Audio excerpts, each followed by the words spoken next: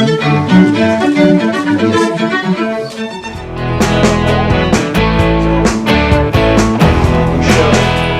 share the philosophy that universities should play a role and be part of the environment and provide service to the environment.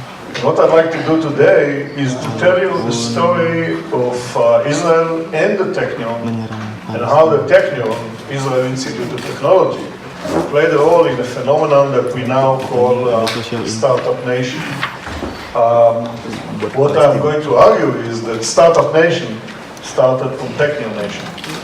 And Technion Nation played a role in establishing this phenomenon.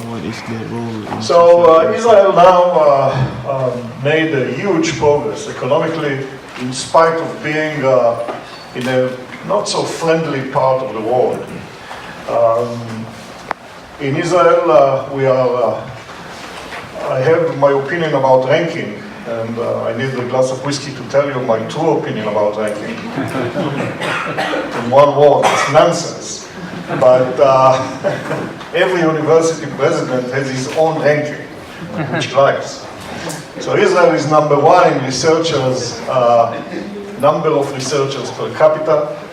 We are number 3 in the business entrepreneurship, number 2 in the available venture capital, and number 4 as the most innovative country. And this is based on the Bloomberg ranking.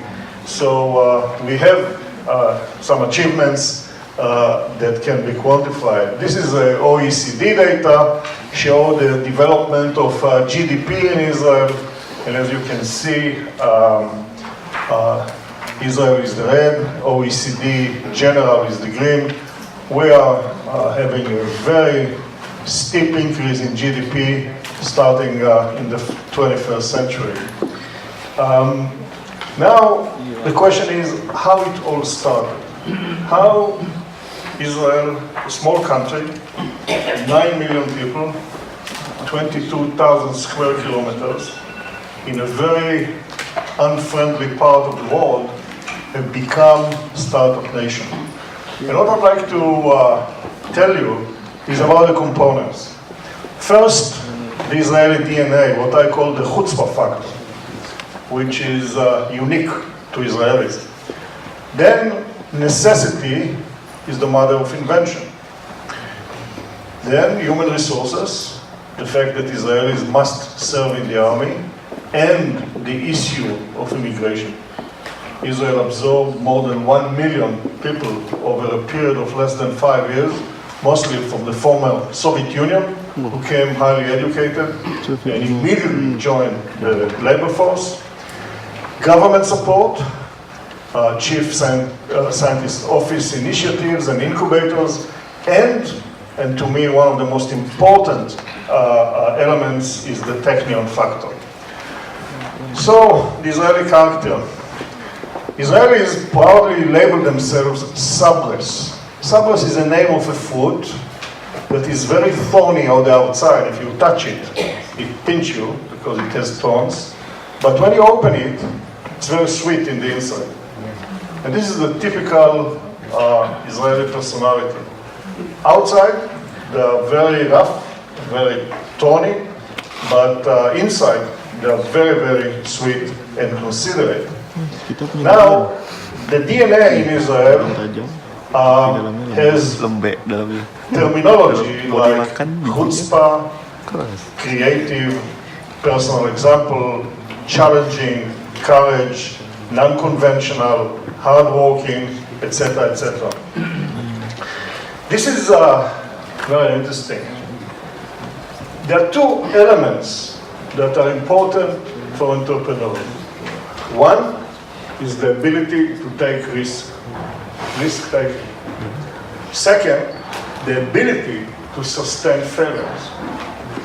If you are unable to sustain failure, don't try to be an entrepreneur, because the ratio of success in startup companies is 1 to 10, 1 to 20, sometimes even 1 to 50.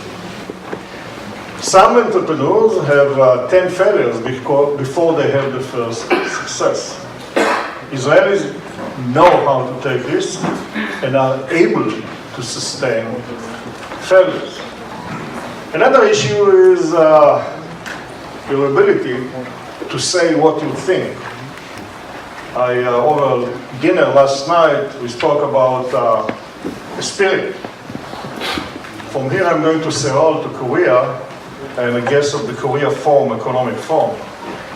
And in my previous visit to Korea, I was asked why Korea, which like Taiwan, is a technological empire, say something which is not politically correct based on the situation, but it precisely say what you think, and you are not afraid to say it. The hierarchy, the social distance in Israel is very small.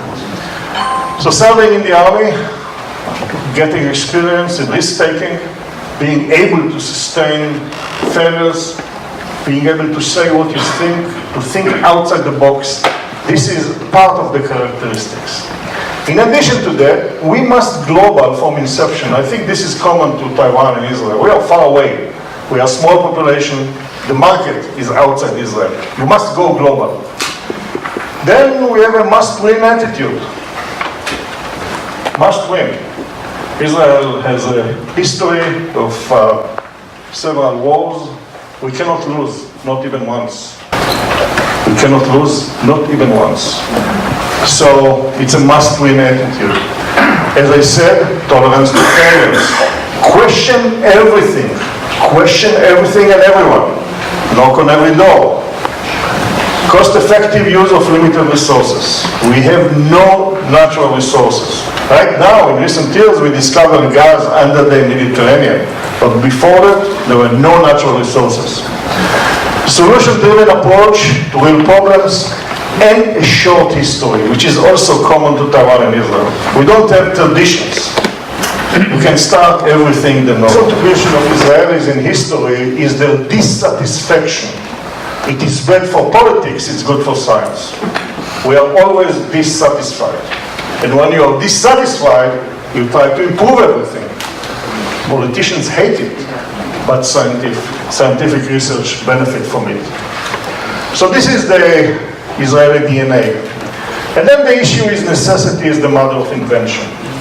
When you have a goal, when you have to achieve something, you recruit everything that you can. And I'll give you a couple of examples. When Israel was established in 1948,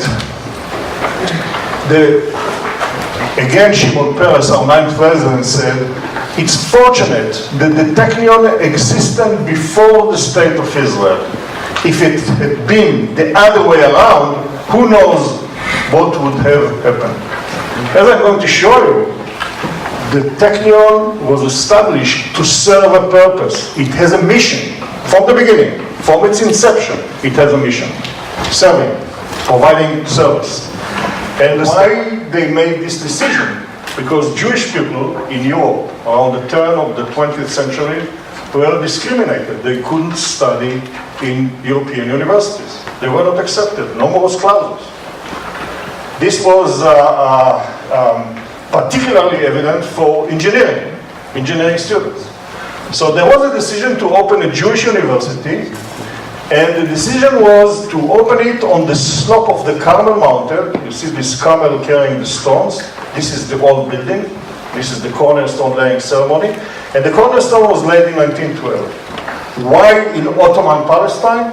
Because if one day the Jewish people would like to have a state of their own, somebody must build it. And Ottoman Palestine was, at that time, the Holy Land. In 1923, this man visited the campus. I'm sure you recognize him, Albert Einstein. He became the first president of the Technion Society in Berlin. He established a society to help the Technion in Berlin by raising money and sending faculty members to Ottoman Palestine. He implanted 2 trees in front of the building, the old building. And when we established our campus in China, Mr. Li Ka-shing, the billionaire from Hong Kong, was behind me, and I didn't know what to bring him a present. What do you bring a present to a billionaire? So I took part of the tree that Einstein planted, and I told him he should plant it in China, and every student every morning should go to the tree and touch it to get the inspiration of Einstein. He did it, and every student goes and touches the book. David Ben-Gurion was our first prime minister. The state was established in 1948. The students were ours. So we decided in the Technion as a social mission, as a service to society, to double the percentage of Arab students in the Technion. How we did it? Since Arabs in Israel don't serve in the army, we immediately after high school, we brought them to the Technion. We provided them with enhanced mathematics, physics, English for 8 months. Then they competed like everybody else on acceptance to the Technion. Once accepted, we appointed to each one of them a big brother or a big sister that accompanied them during the first year. And now, 12 years later, 21% of our students are Arabs. And imagine that, more women than men studying science and engineering from the Arab sector, which is precisely the opposite than in other sectors. Some of our faculty members come from the Arab sector, and nevertheless, they call us apartheid university that can be commercialized. The Technion up to now has more than 90 companies during my term as a president that spin off from Technion Technologies. These are the number of companies in the last 10 years. Some of them, 11 of these companies are traded on NASDAQ in New York. Some of them are traded. Our recent valuation was more than $4 billion US. The Technion earning from this company up to now is about $100 million. Mazor Robotics, started by a faculty of mechanical engineering, Professor Shoham, produced a robot to help in spinal surgery. It was sold 2 months ago to Medtronic, the American giant, for $1.6 billion. This is my company, Itamar Medical. I am a sleep researcher. And what we did, we were looking for a way to avoid all these very, very messy recordings in the sleep laboratory in order to reach a diagnosis of sleep disorder. This is how somebody we studied in the laboratory looked like. So I started from a basic research. My interest was how blood is circulated in the body during sleep. And you know, during sleep we have two different phases of sleep. We have dreaming sleep, we have non-dreaming sleep. And we have an interest how our blood is delivered to different parts of the body during these two phases of sleep. And we found out that during REM sleep, this is the dreaming phase of sleep, blood is going to the brain or going to the genitalia. It is leaving the periphery. So we found a way, in fact, to identify REM sleep and non-REM sleep by measuring blood in the finger. This is a device developed in the laboratory that measures blood in the finger. This is an oximeter, blood the oxygen level in the finger, going into a wristwatch in the morning. In a minute and a half, you get all the information you need about sleep and about sleep disorders. Now, I'm not going to talk about the process, but taking such a device to market has a lot of investment. This was done by the Technion. Now this company is now traded on NASDAQ. It's a public company, and every night worldwide, probably about 10,000 people are sleeping with this device. And it started from basic research. Once we found the principle for basic research, it was easy to make the product, to build the company, to find the investor. Entrepreneurship widely accessible to students. They not become entrepreneurs by themselves. Now, the skills that are needed are personal skills, innovative skills, financial skills, reputational skills, etc., etc. And unfortunately, most universities fail badly in providing those so-called soft skills to students. We teach professions. We don't teach these soft skills. So, in order to make students creative in entrepreneurship, we must understand that creativity is a social process. Creativity across a wide range of domains is a fundamentally social process. cultural, institutional, and interpersonal contexts are crucial for such activity. And let me tell you how we do it, meeting of the minds. So, what we do, meeting of the minds in the class during formal education is done by changing the traditional way of teaching. Instead of having a lecture and then homework and activities, we move to the flipped class model in which the student sees the lecture himself at home, and then in a classroom activity it's a discussion. Discussion between the students, discussion between the tutor, between the lecturer, etc. This is meeting of minds in a formal session. Then there is a meeting of minds with the industry. This is just one example how scientists of Microsoft and computer scientists, students in the Technion, have meeting of minds where students were introduced with programs that they have, with challenges that they have to find solutions under the tutorship of Microsoft experts. So automated parking system, smart tracking collar of your loved pet ones, smart library, etc., etc. So this is meeting of mind of students and industry.